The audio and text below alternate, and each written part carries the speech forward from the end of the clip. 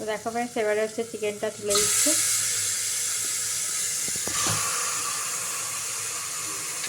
আর এই যে ধনিয়া যে পেস্টটা হয়েছে এর মধ্যেই আদা রসুন সব একসঙ্গে দেয়া আছে, আর কাঁচা লঙ্কাও দেয়া আছে। তো এবার ওইটাকে এবার ভালো করে নেড়ে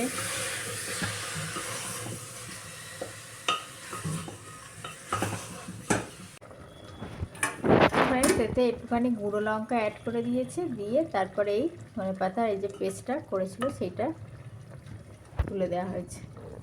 তো এবার এটাকে এখন কষাতে হবে, কষিয়ে আর এই লাস্টে এই লেবুটা যেরকমভাবে ধনিয়া চিকেন অ্যাকচুয়ালি হয় তো সেই রকমই টাইপেরই হচ্ছে। এখন খেতে কতটা এখন লাগবে ভালো